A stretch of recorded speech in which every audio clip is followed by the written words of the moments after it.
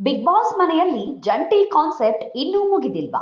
ಗಿಲ್ಲಿ ಕಾವ್ಯ ಫ್ರೆಂಡ್ಶಿಪ್ಗೆ ಬೇರೆನೇ ರೂಪ ಕೊಡ್ತಾ ಇರೋದ್ಯಾಕೆ contestants?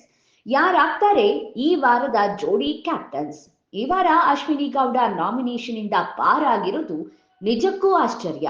S, big boss season 12 ಶುರುವಾದಾಗ ಜಂಟಿಗಳು ಒಂಟಿಗಳು ಅನ್ನೋ ಹೊಸ ಕಾನ್ಸೆಪ್ಟ್ ನೊಂದಿಗೆ ಶುರುವಾಗಿತ್ತು.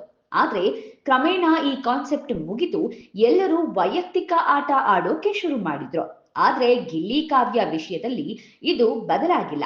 ಬೇರೆ ಕೆಲವರ ತರಹನೇ ಗಿಲ್ಲಿ ಕಾವ್ಯ ವಿಷಯಗಳನ್ನ ಹಂಚಿಕೊಳ್ಳುವುದಕ್ಕೆ, ಆಟದ ಬಗ್ಗೆ ಮಾತಾಡೋದಕ್ಕೆ ಒಂದು ಕಂಫರ್ಟ್ ಝೋನ್, ಇವೆಲ್ಲದಕ್ಕೂ ಒಬ್ಬರನ್ನೊಬ್ಬರು ಚೆನ್ನಾಗಿ ಅರ್ಥ ಮಾಡ್ಕೊಂಡಿದ್ದಾರೆ.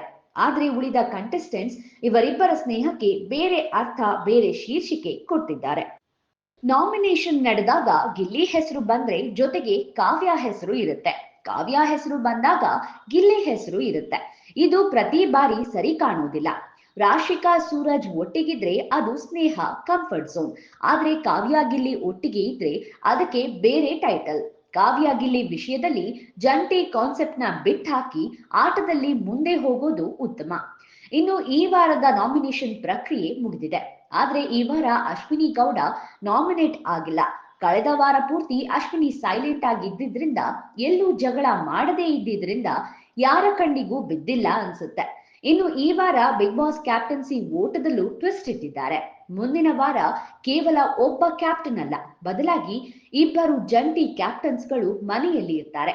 ಹೀಗಾಗಿ ಜಂಟಿಗಳ ಹುಡುಕಾಟಕ್ಕೂ ಬಿಗ್ ಬಾಸ್ ಚಟುವಟಿಕೆ ಕೊಟ್ಟಿದ್ರು. ಗರ್ಲ್ಸ್ ಟೀಮ್ ಬಾಯ್ಸ್ ನ ಸೆಲೆಕ್ಟ್ ಮಾಡಿಕೊಂಡು ಜಂಟಿಗಳು ತಯಾರಾಗಿದ್ದಾರೆ. ಕ್ಯಾಪ್ಟನ್ಸಿ ಟಾಸ್ಕ್ ಅಲ್ಲಿ ಗೆದ್ದು ಯಾರು ಬಿಗ್ ಬಾಸ್ ಸೀಸನ್ 12ರ ಮೊದಲ ಜಂಟಿ ಕ್ಯಾಪ್ಟನ್ಗಳಾಗ್ತಾರೆ ಕಾದು ನೋಡೋಣ.